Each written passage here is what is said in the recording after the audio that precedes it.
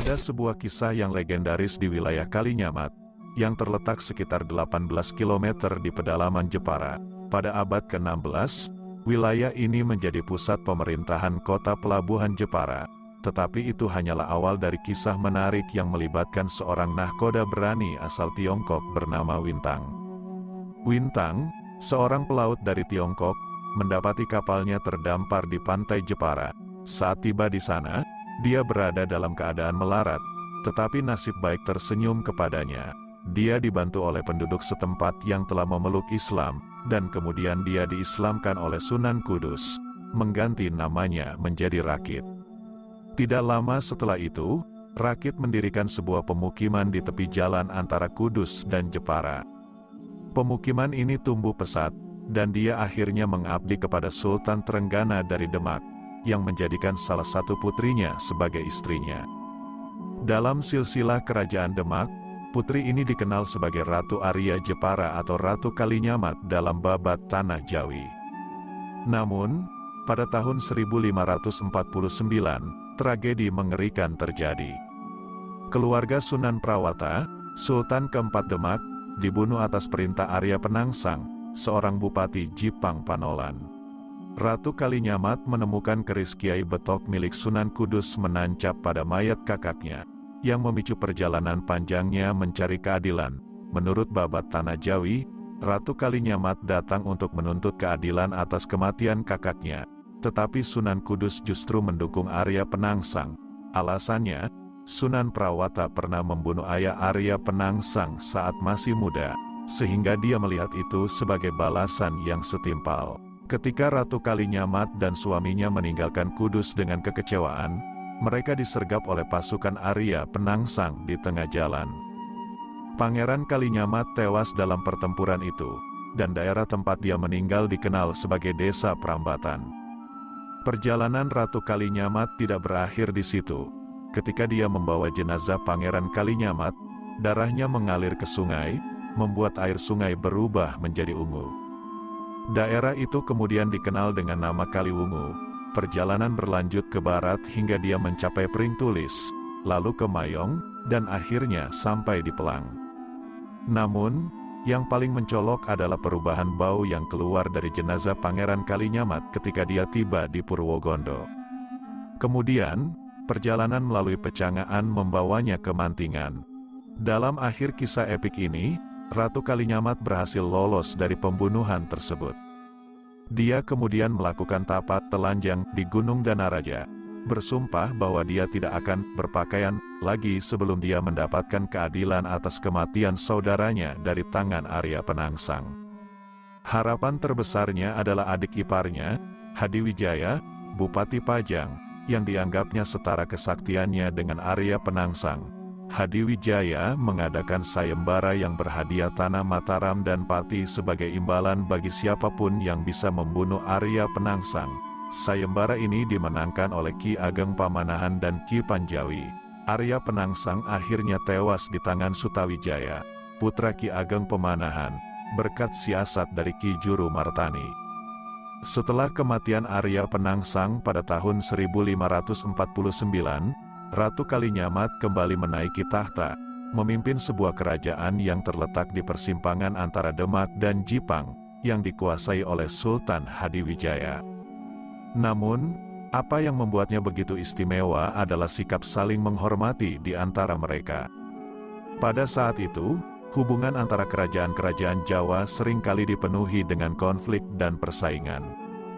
Namun, Ratu Kalinyamat dan Sultan Hadiwijaya memilih untuk menjaga kedamaian. Meskipun Jepara, Demak, dan Jipang berada di bawah pemerintahan Pajang yang dipimpin oleh Sultan Hadiwijaya, Ratu Kalinyamat tetap dihormati sebagai tokoh senior, dan Sultan Hadiwijaya tidak pernah berniat untuk menguasai Jepara sepenuhnya.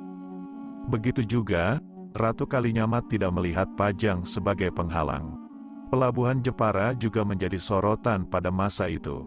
Dengan pedagang-pedagang dari berbagai tempat seperti Aceh, Melaka, Banten, Demak, Semarang, Tegal, Bali, Makassar, Banjarmasin, Tuban, dan Gresik, pelabuhan ini menjadi pusat perdagangan internasional.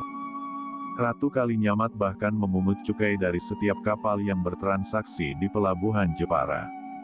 Hasil dari perdagangan beras dan cukai ini menjadikan Jepara sebagai kerajaan yang makmur dan kaya raya.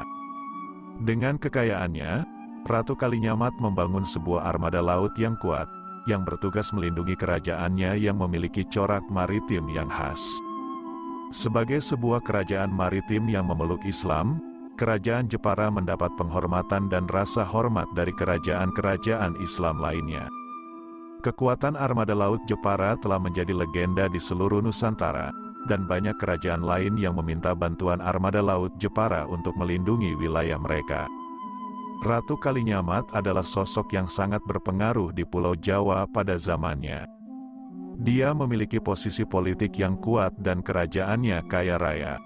Dia menjalin hubungan diplomatik yang sangat baik dengan kerajaan-kerajaan maritim Islam lainnya seperti Kerajaan Johor, Kesultanan Aceh, Kesultanan Banten, Kesultanan Cirebon, Ambon, dan Kesultanan Demak. Selain menjadi pemimpin yang kuat dan bijaksana, Ratu Kalinyamat juga memiliki semangat perlawanan terhadap bangsa Eropa, khususnya Portugis. Pada tahun 1550, dia bahkan mengirim 4.000 tentara Jepara dalam 40 kapal untuk membantu Sultan Johor membebaskan Melaka dari kekuasaan Portugis. Meskipun perjuangan mereka awalnya berhasil merebut sebagian Melaka, Portugis akhirnya membalas dengan ganas, menimbulkan pertempuran sengit yang mengakibatkan banyak korban dari pasukan Jepara. Namun, semangat perlawanan tidak pernah padam dalam diri Ratu Kalinyamat. Pada tahun 1573, Sultan Ali Riayat Shah dari Kesultanan Aceh meminta bantuan Ratu Kalinyamat untuk menyerang Melaka sekali lagi. Dengan keberanian dan tekad, Ratu Kalinyamat mengirimkan 300 kapal dengan 15.000 prajurit Jepara. Meskipun tiba terlambat dan pasukan Aceh sudah dipukul mundur oleh Portugis, pasukan Jepara tidak gentar. Mereka menyerang Melaka dari Selat Melaka dan membangun pertahanan. Meskipun pasukan Jepara akhirnya terdesak dan beberapa kapal terbakar, semangat perlawanan mereka tetap kuat. Kisah kebesaran dan keberanian Ratu Kalinyamat akhirnya diabadikan dalam catatan sejarah, bahkan oleh sejarawan Portugis Diogo do Couto, yang menjulukinya sebagai Rainha de Japara, Senhora Poderosa, Erica, atau Ratu Jepara, seorang wanita yang berkuasa dan kaya, sebuah gelar yang pantas untuk seorang penguasa yang telah memimpin dengan keberanian, bijaksana, dan kemuliaan. Kisah Ratu Kalinyamat dan kerajaannya adalah kisah tentang kekuatan, perjuangan, dan kejatuhan. Setelah kematiannya pada tahun 1579, Ratu Kalinyamat meninggalkan jejak yang tak terlupakan dalam sejarah Nusantara. Penggantinya adalah Pangeran Arya Jepara, anak angkat Ratu Kalinyamat. Meskipun tidak sekuat sang bibi, kekuasaannya di laut masih dihormati. Namun, peristiwa penting lainnya sedang berlangsung di wilayah lain Nusantara pada saat itu. Pada tahun 1580, Maulana Yusuf, Raja Banten yang merupakan pahlawan penaklukan Pajajaran, meninggal dunia. Ia hanya meninggalkan seorang anak laki-laki yang masih kecil. Pangeran Jepara, yang merupakan saudara Maulana Yusuf, berusaha untuk mengklaim tahta Kesultanan Banten untuk keponakannya tersebut. Ia bersama Demang Laksamana, Panglima Armada Demak, berlayar dari Jepara menuju Banten. Namun, tiba di Banten, mereka terlibat dalam pertempuran sengit dengan Perdana Menteri Banten, dan Demang Laksamana tewas dalam pertempuran tersebut. Akibatnya, Pangeran Jepara terpaksa pulang, dan pengaruh pemerintahan Jepara di Jawa Barat pun berakhir. Di bawah pemerintahan Pangeran Arya Jepara, Kesultanan Mataram yang dipimpin oleh Sutawijaya beberapa kali mencoba menaklukkan Kalinyamat. Namun, upaya tersebut selalu gagal karena kota Jepara dilindungi oleh benteng melingkar yang menghadap ke pedalaman dan dijaga ketat oleh pasukan Jepara. Pada abad ke-16, kota pelabuhan di Jawa umumnya dikelilingi oleh tembok batu atau kayu di sisi yang menghadap ke pedalaman. Namun, pada tahun 1599, Mataram akhirnya berhasil menaklukkan Kalinyamat melalui serbuan yang menghancurkan kota Jepara. Serangan ini tidak hanya merusak kota secara fisik, tetapi juga mengguncang pilar-pilar politik dan ekonomi Kalinyamat.